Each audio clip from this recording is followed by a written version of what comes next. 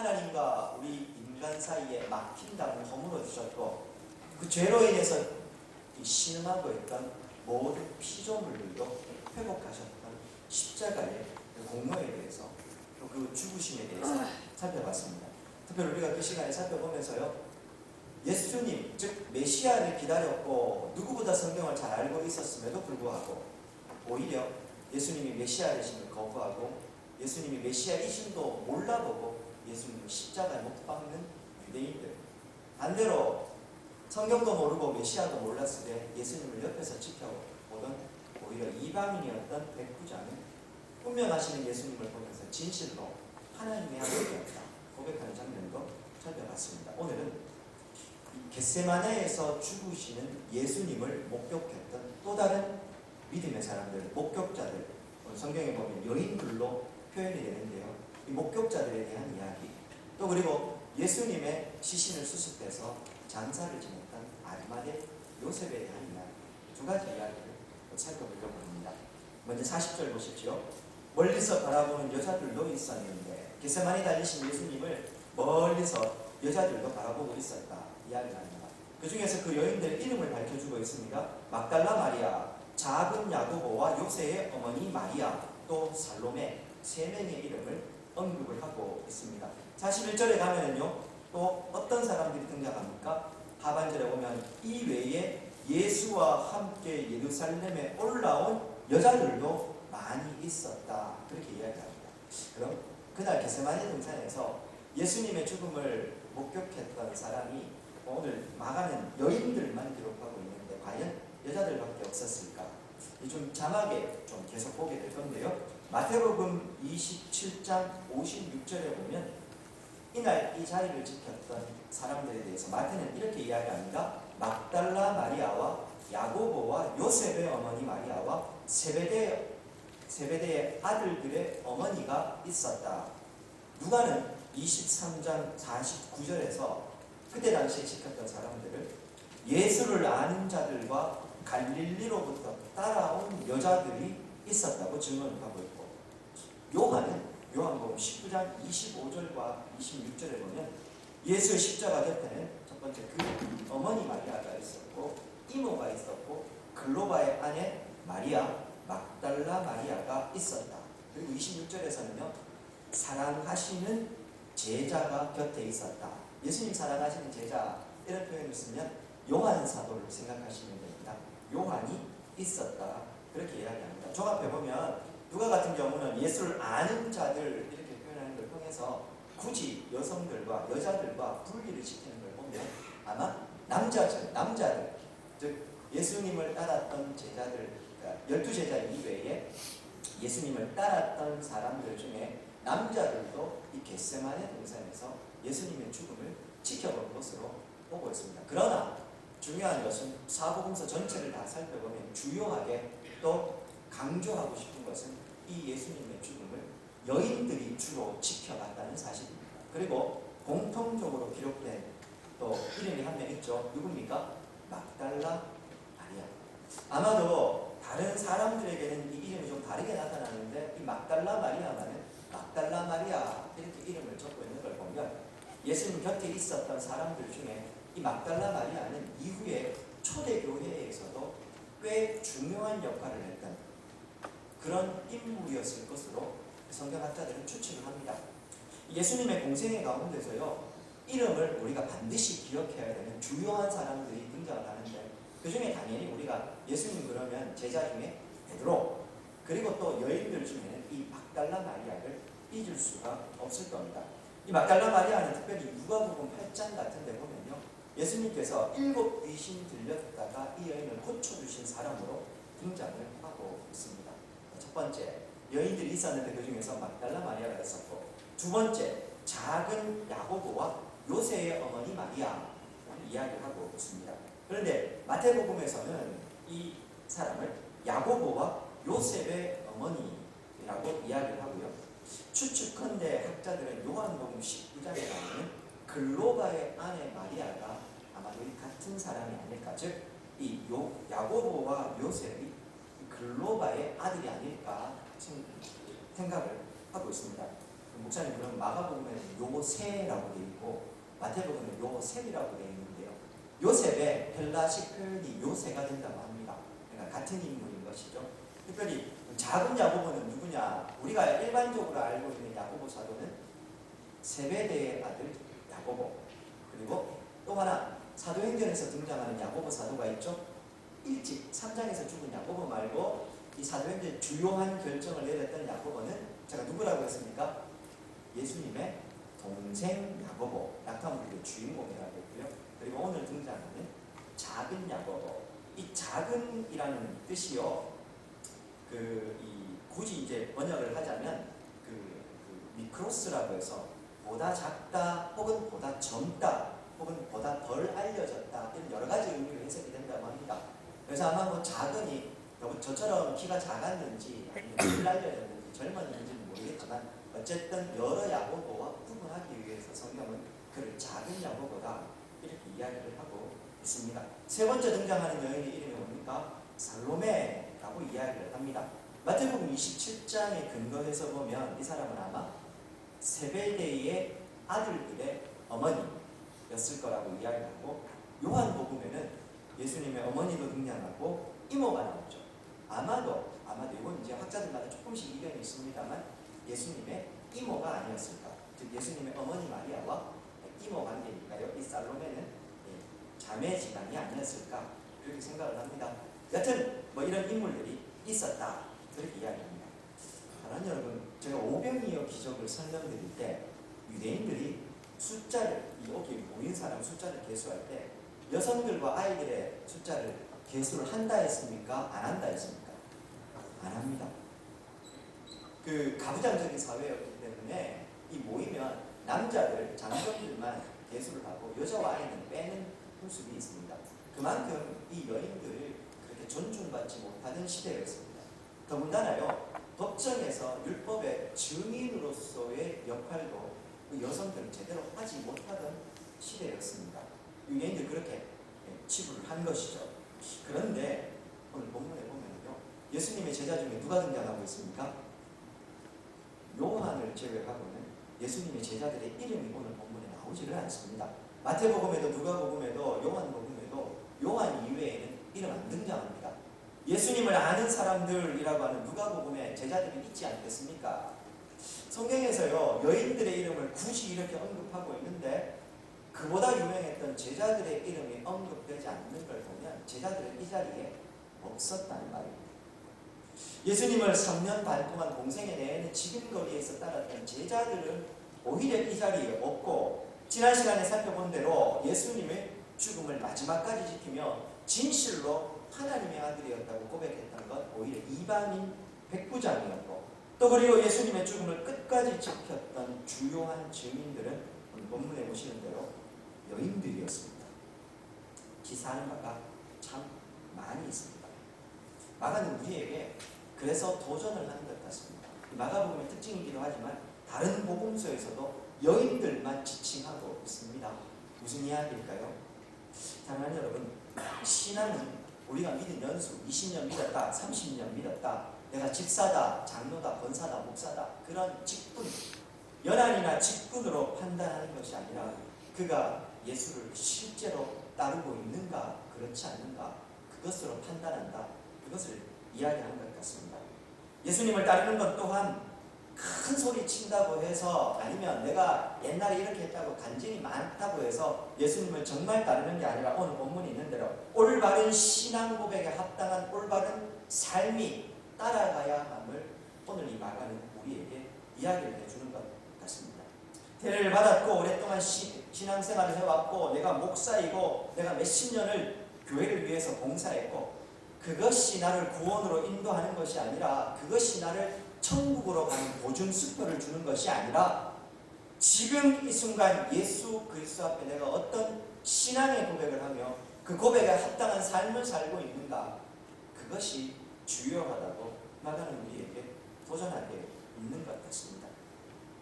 겟세마네 등산에서 예수님 죽으시는 자리까지 이 제자들은 다 흩어져 버리고 여인들만, 또 이방인만 있는 이 상황이 참 우리에게 많은 것입니다. 이야기합니다. 사랑하는 여러분, 저는 그런 의미에서요, 우리 군위 장로교회는 참된 신앙의 고백과 그 고백에 합당한 삶의 실천이 있는 교회였습니다.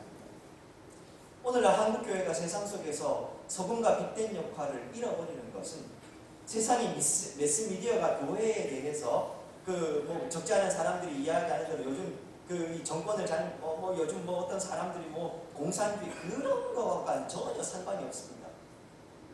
교회가 정말로 세상 속에서 우리가 고백하는 이 신앙의 고백에 참된 삶을 살았다면 정말로 그런 비난이나 핍박이 있었을까요?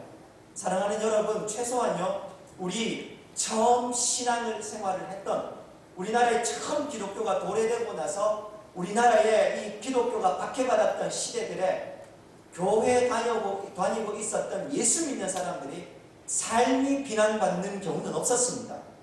1960년, 70년대 교회가 고도 성장기와 함께 교회가 엄청나게 성장을 하면서 양적인 성장을 하면서 그때부터 교회의 도덕성이 문제가 생기기 시작했고 세상의 비난거리가 됐지. 그 이전에 교회가 세상 속에서 정말 이름 없는 빛도 없는 핍박받던 시대에 교회를 욕하는 사람은 있었어도 교인들의 삶이 비난받던 시대는 없었단 말입니다. 오늘 그런 의미에서 교회가 다시 세상 속에서 소금과 빛된 역할을 회복하는 것은 우리가 교회의 규모를 늘리거나 우리가 큰 행사를 벌이거나 아니면 교회가 건물을 잘 짓거나 유력한 사람이 우리 교회에 전도돼서 오거나 그런 게 아니고 우리 한 사람 한 사람이 내가 오늘 예수 그리스도를 구주로 고백했다면 그 고백에 합당한 삶을 내 삶의 현장에서 살아내는 것, 그것부터 시작을 해야 될 것이라고 생각합니다. 초대교회에서도 예수님 끝까지 따랐던 이방인과 여인들을 통해서 예수님의 이름이 알려지고 있지 않습니까? 이어서요, 그 여인들 다음에 42절부터는 이제 운명하신 주님, 돌아가신 주님을 장사 지내는 장면이 나옵니다. 42절 보십시오. 이날은 준비일 곧 안식일 전날이므로 저물었을 때에 아리마대 사람 요셉이 와서 당돌이, 여기서 당돌이라는 말은요, 담대히 이렇게 바꾸시면 됩니다. 용감하게 이렇게 바꾸시면 됩니다. 빌라도에게 가서 예수님의 시체를 달라고 이야기하고 그 시체를 받아서 이 아리마대 사람 요셉이요, 어떻게 하고 있습니까? 46절에 보시면 세마포를 사서 장례 절차를 밟아서 예수님을 내려다가 그것으로 사서 바위 속에 판 무덤에 넣어두었다. 그렇게 장사를 지냈다라고 이야기를 하고 있습니다. 하나씩 좀 살펴보면 42절에 준비일 곧 안식일 전날, 안식일 전날을 유대인들은 준비일이라고 해서요, 이제 안식일을 지키기 위해서 자신의 삶을 좀 준비한다고 합니다. 왜 우리도 다른 날은 몰라도 토요일 같은 경우는 좀 일찍 자기도 하고 옷도 좀 준비하고 그렇게 하시지 않습니까? 마음과 삶을 좀 다시 정돈하시지 않습니까? 마찬가지로 유대인들은 특별히 안식일에 지켜야 될 게 너무 많았습니다. 일도 함부로 하면 안 됐고 어디 가는 거리도 딱 규정된 거리 이상을 가지를 못했기 때문에 안식일을 지키기 위해서 자신들의 신념을 정리하고 안식일을 합당한 여러 가지 준비, 먹을 것 같은 것들부터 준비를 했다고 합니다. 안식일 전날 준비일이라고 하니까요, 오늘 우리로 따지면 유대인들은 해가 진 시점부터 하루를 따지기 때문에 금요일 해지기 전 우리로 따지면 그렇게 보시면 될 것 같습니다. 지난 시간에 살펴본 대로 예수님께서는요, 오후 3시, 제 9시에 운명하셨지 않습니까? 예수님 언제 매달리셨습니까? 십자가에 달리셨습니까? 제 3시, 오전 9시에 달리셨으니 6시간 만에 운명을 하셨고 오후 3시경에 이제 운명을 하셨다는 말입니다. 보통 유대인들은 해가 저무는 시점을 오후 6시 정도로 봅니다. 그러니 예수님 운명하신 시간 오후 3시부터 오후 6시까지 저물 때에라고 나오는 오후 6시까지 약 3시간 상관에 이 아리마대 사람 요셉이 예수님의 이 시신을 저에게 주십시오 요청을 하고 예수님 장사진을 아주 급하게 했던 것입니다. 신명기 21장 22절과 23절 자막입니다. 이런 이야기가 나옵니다. 사람이 만일 죽을 죄를 범함으로 네가 그를 죽여 나무에 달거든 그 시체를 나무 위에 밤새도록 두지 말고 그날에 장사하여 내 하나님 여호와께서 내게 기업으로 주시는 땅을 더럽히지 말라. 나무에 달린 자는 하나님께 저주를 받았습니다. 이 부분은 제가 나무에 달린 자, 십자가에 달리신 예수님의 의미를 설명하면서 왜 굳이 유대인들, 종교 지도자들이 허구많은 형벌 중에서 예수님을 십자가에 못 박으라고 얘기했는지 설명을 드렸습니다. 근데 다시 또 이 부분에 또 하나 우리가 확인하게 되는 것은 시체가 있으면 그 시체를 밤새도록 두지 않는 것이 유대인들의 풍습. 더군다나 오늘은 안식일 전날이었기 때문에 그 시체를 매달아 둘 수가 없었던 겁니다. 우리가 조금 이따가 살펴볼 요한복음 보면 그 부분이 조금 더 선명하게 나오는데요. 그랬기 때문에 이 예수님의 시신은 빨리 수습을 해야 했던 겁니다.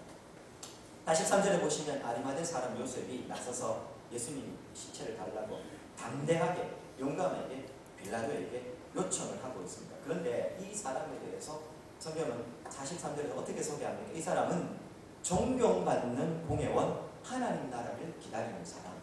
아리마대라는 이 지역은요, 아직 정확하게 고증은 되지는 않았습니다만 예루살렘에서 한 30km 정도 떨어져 있는 가까운 거리에 있는 한 도시였을 거라고 추측을 하는데, 더 중요한 건 그를 존경받는 공회원, 공회원은 당연히 산헤드린 공회를 이야기합니다. 유대인들 엘리트 중에 엘리트들이 산헤드린 공회 71명이라고 말씀드렸습니다. 그런데 그 중에서 그를 뭐라고 합니까? 유스케몬이라고 해서 존경받는 이라는 말을 붙이고 있습니다. 이 복음서에서요, 공회원 앞에다가, 산헤드린 공회원 앞에다가 존경받는 이라는 단어를 붙이고 있는 건 이 사람밖에 없습니다. 다시 말해서 엘리트 중에 엘리트였던 산헤드린 공회원 중에서도 이 사람은 덕망이 높아서 많은 사람들에게 존경을 받는 아주 특별한 산헤드린 공회원 중 한 사람이었을 거로 이야기를 합니다. 뿐만 아니라 그는 하나님의 나라를 기다리는 사람. 성경의 이 표현은요, 그냥 유대인이었다가 아니고 경건한 사람이었다가 아니고 예수님은 믿는 사람이었다 이야기합니다.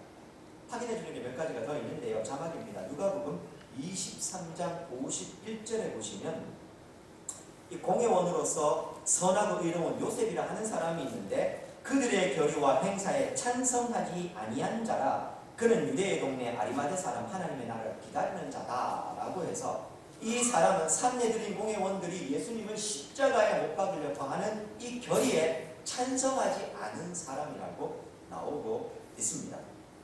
그리고요, 마태복음 27장 60절에 보면 이 사람이 지금 예수님을 장사 지내고 있는 이 무덤, 바위를 판 무덤이라고 하는 게 이게 자기가 사용하기 위해서 만들어 놓은 값비싼 묘지를 예수님에게 지금 내어주고 있었다고 성경은 이야기하고 있습니다. 보통요, 십자가형에서 달려있던 죄수가 죽게 되면 그 죄수를 죄수들의 무덤이라고 해서 그 예루살렘 성 바깥에 있는 아주 이 묘지라고도 할 수 없는 곳이었다고 이 주석에 적혀 있는데 거기 그냥 시체를 버려버린다고 합니다.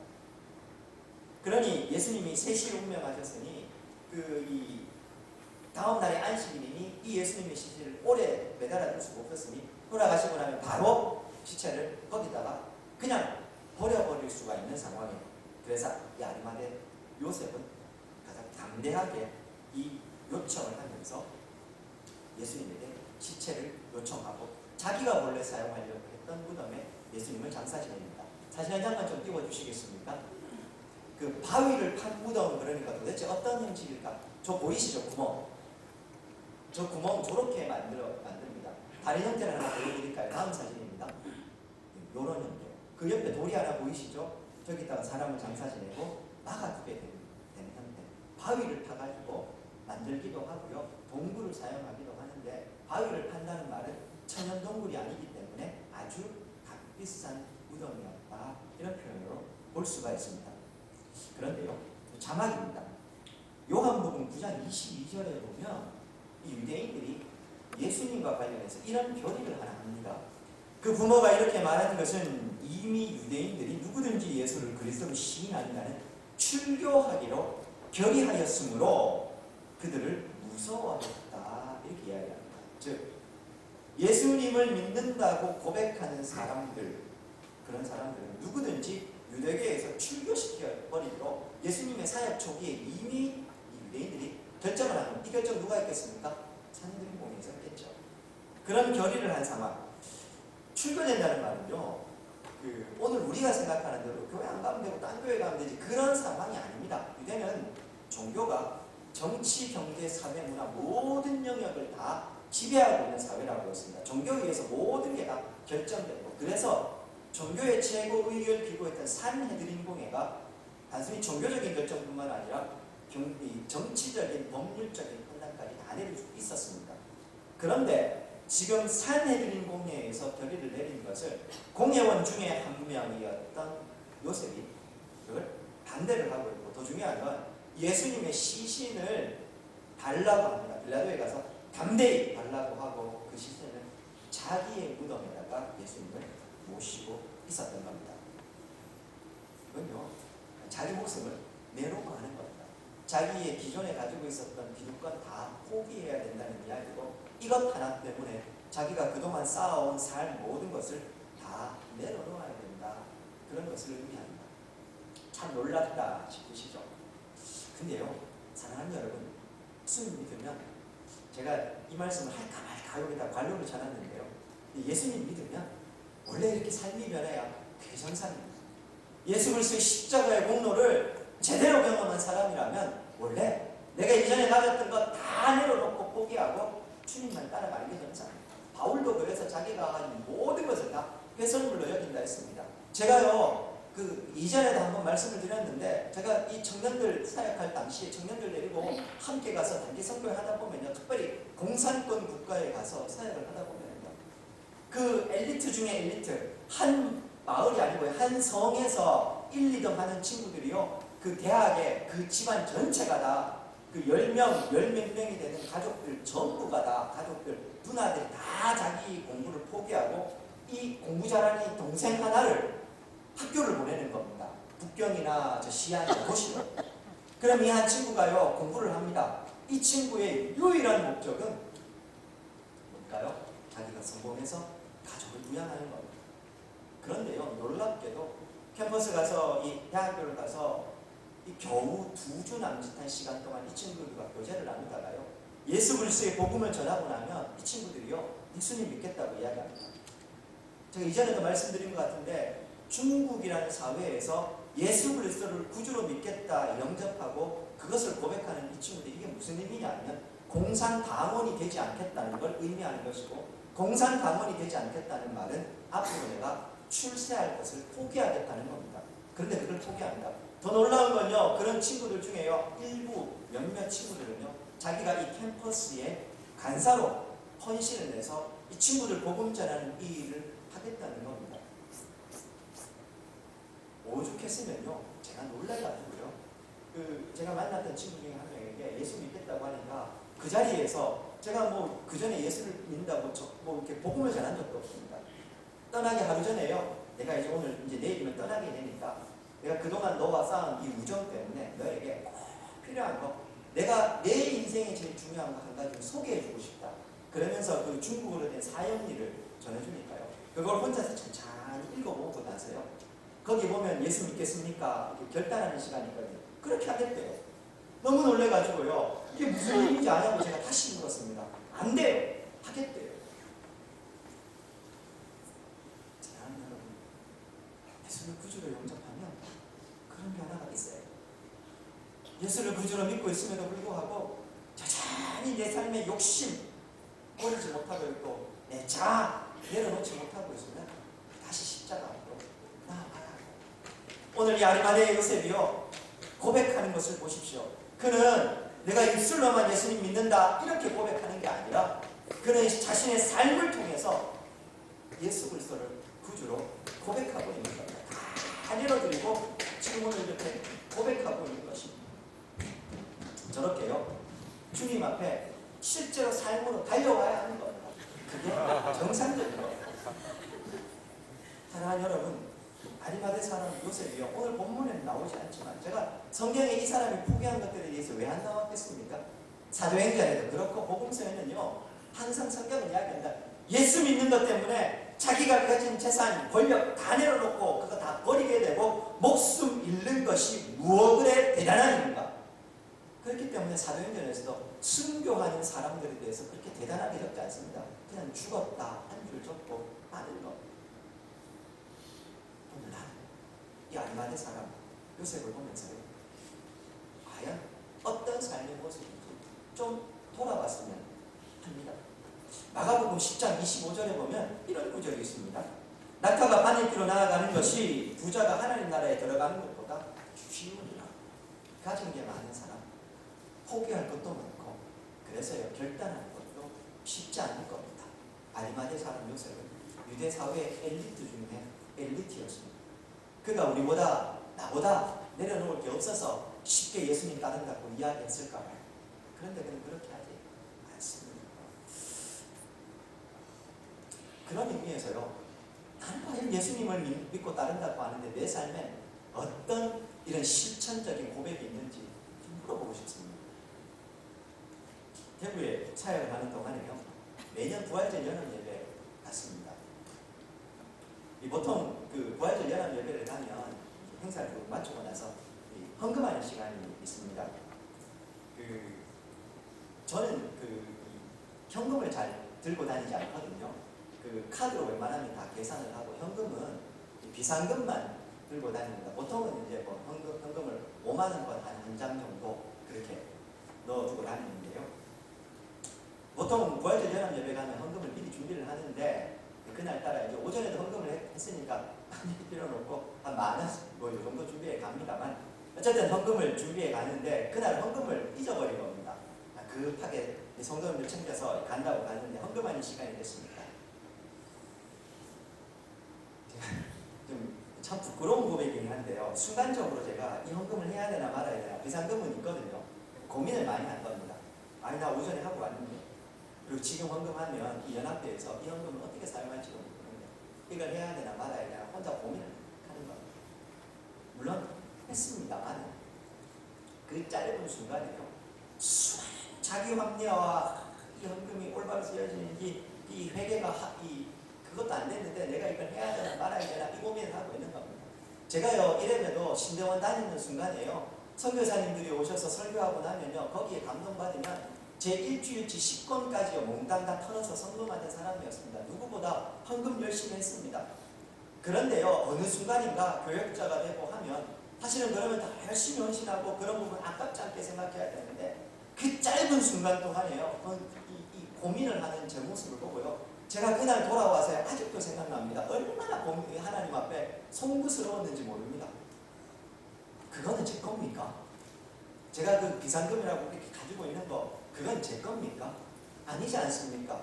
사실은 그거 다 하나님 거고 하나님께서 제게 주신 거 그걸 드린다고 한들 이게 어떻게 사용되든지 간에 중요한 건 지금 이 순간 예수 그리스도의 그 은혜가 고마워서 하나님 앞에 헌금하는 시간이라면, 그런 합당한 삶의 고백을 가지고 있다면 그게 뭘 그래 아깝겠습니까? 그렇지 않습니까? 고등학교 시절에요 이유가 있습니다. 연합 집회 같은 거, 찬양 집회 같은 거 옛날에 한때 부흥이 일어났을 때요, 제가 아직도 기억합니다. 제 친구들과 함께 가거나 교회 지체들과 가면요 마지막에 헌금하는 시간이 있습니다. 10시 반 이렇게 늦게까지 기도하다가 가면 최소한 차비는 남겨둬야 되는데요, 가슴이 뜨거워져서 헌금 다 하고 나서요 친구들과 고민하다가 얼굴 보고 다 헌금하고요, 그리고 1시간씩 걸어서 집으로 갔던 그런 시절도 있었습니다. 근데 어느 순간인가 계산하기 시작합니다. 주의 은혜와 내 삶. 사랑하는 여러분, 제가 지금 헌금 이야기를 하고 있습니까? 아니요. 우리가 하고 있는 신앙의 고백이 얼마나 피상적이고 얼마나 뭐라고 해야 돼, 가벼운 것인지를 좀 말씀드리고 싶은 겁니다. 내가 예수님을 따라간다고 이야기를 하는데 도대체 그 따름에 있어서 내가 주를 위해서 얼만큼 내려놓고 헌신하고 포기했는지 좀 돌아봐야 할 것 같습니다. 오늘 아리마대 사람 이 요셉이 자신의 신앙의 고백에 합당하게 주님 앞에 자신의 이 세무금을 내어드리며 담대하게 나아가서 주님의 시체를 요구하고 있는 이 모습 가운데서 나는 과연 주님 앞에 얼마나 삶으로 신앙을 고백하고 있는지 돌아봤으면 좋겠습니다. 마지막 부분입니다. 44절과 45절입니다. 빌라도가요, 이 아리마대 사람 요셉이 이렇게 이야기를 하니까 이게 놀라웠던 겁니다. 왜 놀라웠을까요? 제가 십자가에 대해서 설명하면서 보통 십자가에 매달린 사람들은 2일에서 이틀에서 3일 정도 십자가에 달려서 그 낮에 그 뜨거운 태양 아래 고통당하고요, 밤에 그 살을 애는 추위 가운데 고통당하면서 서서히 죽어가는 자신을 인식하면서 죽어서 십자가, 그래서 끔찍한 형벌, 로마 시민권을 가진 사람에게는 그래서 법적으로 이 십자가를 행하지 못하도록 금지하고 있었던 형벌이다, 그런 말씀을 드렸습니다. 그런데 예수님은 불과 6시간 만에 돌아가셨다고요. 빌라도가 궁금했던 겁니다. 벌써 죽었을까 하고 이상히 여겨 백부장을 불러서 한번 확인해보고 오라, 그렇게 이야기를 하고 있습니다. 이 부분에 대해서요, 요한복음 19장 31절에서 34절에서는 이렇게 증거하고 있습니다. 자막입니다. 이날은 준비일이라 유대인들은 그 안식일이 큰 날이므로 그 안식일에 시체들을 십자가에 두지 아니하려 하여 빌라도에게 그들의 다리를 꺾어 시체를 치워달라고 요청을 합니다. 그러자 군인들이 가서 예수와 함께 못 박힌 첫째 사람과 또 그 다른 사람의 다리를 꺾고, 33절, 예수께 이르러서는 이미 죽으신 것을 보고 다리를 꺾지 아니하고 그중 한 군인이 창으로 옆구리를 찌르니 피와 물이 나오더라, 이렇게 이야기를 하고 있습니다. 죽었을까 확인하러 보내보니까요, 이미 예수님은 운명을 하신 겁니다. 예수님 양옆에 있는 죄수들은 왜 다리를 꺾었을까요? 두 가지 이유가 있습니다. 빨리 죽이기 위해서 다리를 치거나 진짜로 죽었는지 확인하기 위해서 다리를 쳐서 꺾었다고 합니다.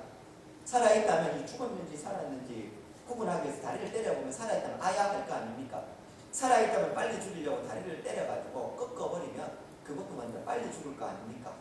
그래서 이렇게 했는데 예수님은 보니 그럴 이유가 없는 겁니다. 벌써 운명을 하셨거든요. 그들이 육안으로 보기에도 운명하신 게 너무 확실한 겁니다. 그래서요, 또 다른 확인으로 창으로 옆구리를 찔러서 그 옆구리에서 피와 물이 쏟아졌다고 이야기를 합니다. 보통 옆구리에 창을 푹 찌르면 피가 나와야 정상입니다. 근데 성경에서는 피와 물이 섞여 나왔다고 이야기를 하고 있습니다. 사람이 죽으면 피가 서서히 응고되기 시작하면서 이 분리가 돼서 피와 물이 분리가 된다고 하는 장면이 맞습니까? 그 학자들 주석을 찾아보니 그렇게 이야기를 하더라고요. 예수님이 죽으신 것이 확실하기 때문에 성경은 피와 물이 함께 나왔다고 이야기를 하고 있습니다. 예수님이 죽으신 거 확실합니다. 죽으시고 부활하신 것도 확실합니다. 예수님이 죽으신 거 이게 믿을 수가 없으니까요. 믿음이 없는 사람, 믿음이 없는 신학자들이 이걸 그래서요, 기절설, 예수님이 기절하셨다가 그래서 급하게 장례를 지낸 다음에 예수님이 무덤에서 정신을 차리셔가지고 무덤 문을 열고 나왔다, 혹은 도적설, 예수님이 이렇게 이 장사 지낸 예수님을 제자들이 가가지고 몰래 밤에 훔쳐왔다, 예수님이 죽으시고 부활하심을 믿기 싫으니까요, 믿을 수가 없으니까 이렇게 이야기를 하는 겁니다. 그런데 오늘 본문에서는 그 예수님의 죽으심을 확인을 해주고 있습니다. 로마 당국이 이 예수님의 죽음을 확인해 주는 겁니다. 에이, 목사님, 이 성경이 거짓말할 수 있지 않겠습니까?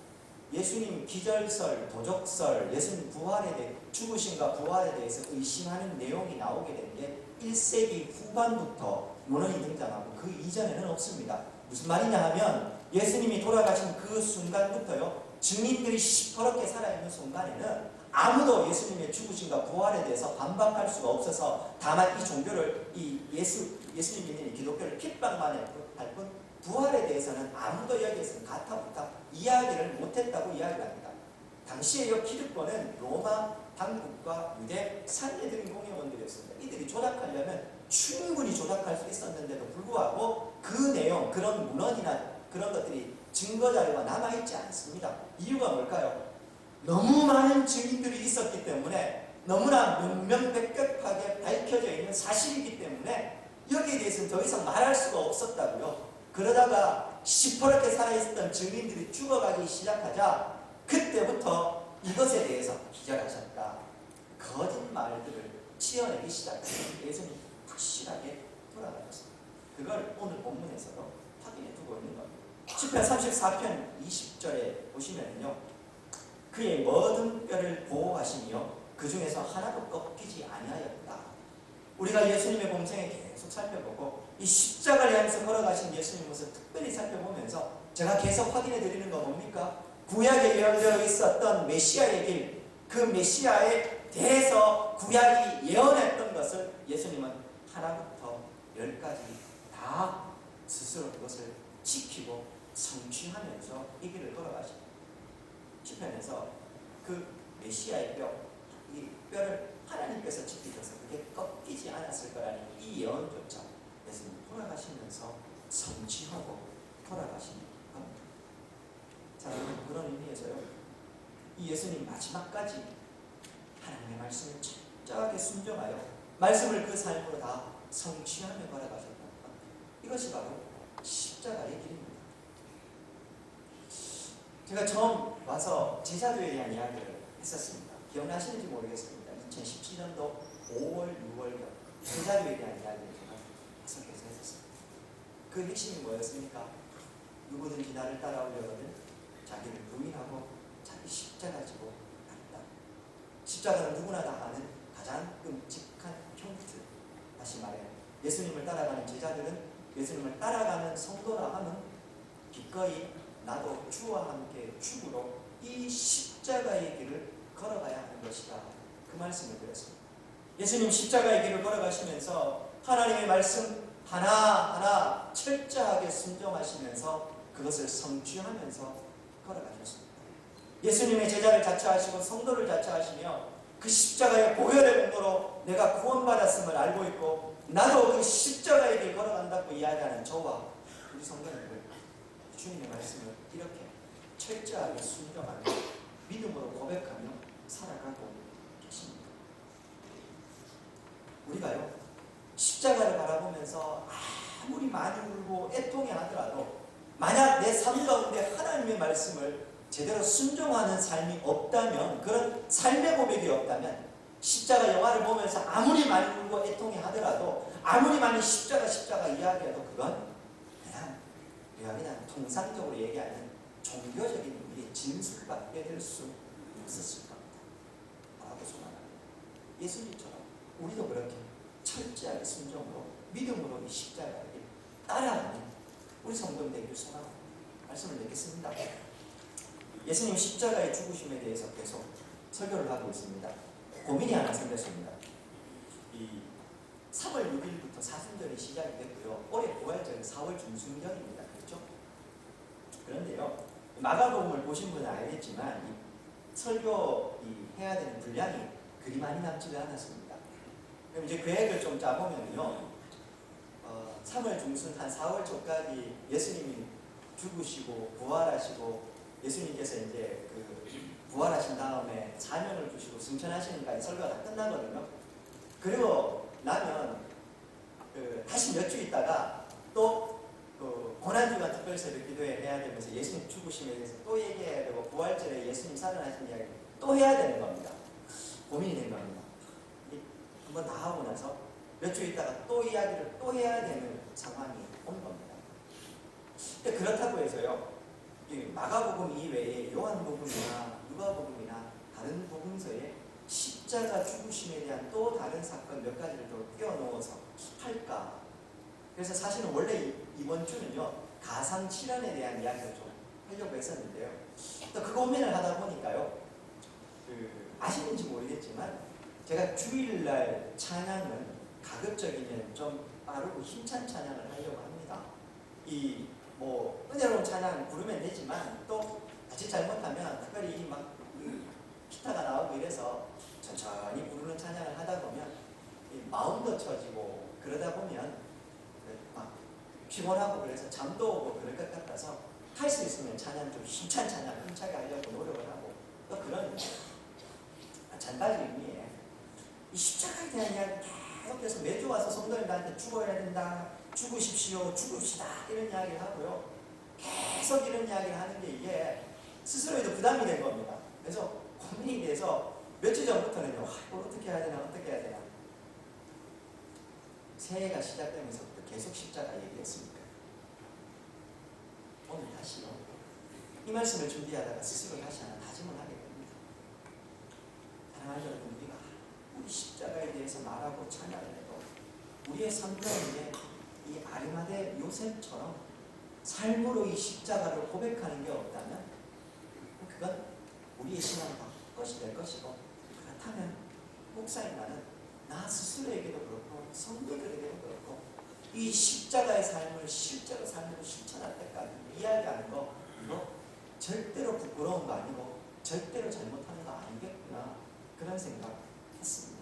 기독교 신앙의 핵심이자 예수 그리스도의 십자가야말로 우리가 끝끝내 붙잡아야 될 것이라면 1년 365일 부활절 이외에도 날마다 예수 그리스도의 십자가에 대해서 우리가 묵상하고 살아야 되는 것, 그것이 성도의 삶이라면 이야기해도 되겠다, 그런 생각이 들어요. 할 수 있을 때까지 하고요. 다시 좀 몇 주 다른 설교하더라도 다시 또 부활절 오면 십자가에 대해서 또 설교하는 거, 그거 잘못 아니겠다, 그런 생각이 든 겁니다. 그렇게 해서라도 저의 삶 가운데, 우리 성도님들의 삶 가운데, 우리 군의장로교회 가운데 예수 그리스도의 십자가의 은혜와 그 보혈의 공로가 선명하게 새겨지고 우리의 삶이 한 절이라도 주님의 십자가를 따라서 갈 수만 있다면 다시 그렇게 해야 되겠다, 그런 결심을 하게 됩니다. 사랑하는 여러분, 우리 십자가에 대해서 계속 살펴보고 있습니다. 묻고 싶습니다. 아니, 저에게 있습니다. 나는 예수 그리스도의 십자가를 진실로 따라가는 삶입니까? 지난 명절에요, 가족들이 모여서 예배를 드렸습니다. 예배를 드리고 나면 저희 가족은 전통적으로 돌아가면서 각자 기도 제목을 하나씩 나눕니다. 그리고 같이 기도하는 시간을 좀 갖는데요, 제 기도 제목이 뭐였는지 아십니까? 설교한 대로 사는 목사 되게 해주십시오. 제가요, 그 말이 갖는 의미가 뭔지를 알기 때문에요, 이 기도 제목을 할까 말까 고민하다가요, 그래도 제가 지금 가장 바라는 것이 그렇게 이야기를 하는 겁니다. 사랑하는 여러분, 이 십자가에 대해서 설교를 듣고 있습니다. 저는 설교를 하고 있습니다. 설교 한 대로 살아가는 목사가 되도록 기도해 주십시오. 설교를 들은 대로 살아가는 성도님들이 될 수 있도록, 그런 교회가 될 수 있도록 함께 기도해야 될 것입니다. 그렇게 십자가의 보혈의 공로와 은혜가 우리 가운데 온전히 새겨지고 그 십자가에 합당한 삶 살아가는 예수 그리스도의 참된 제자들, 성도들이 되시기를 주의 이름으로 축원드립니다.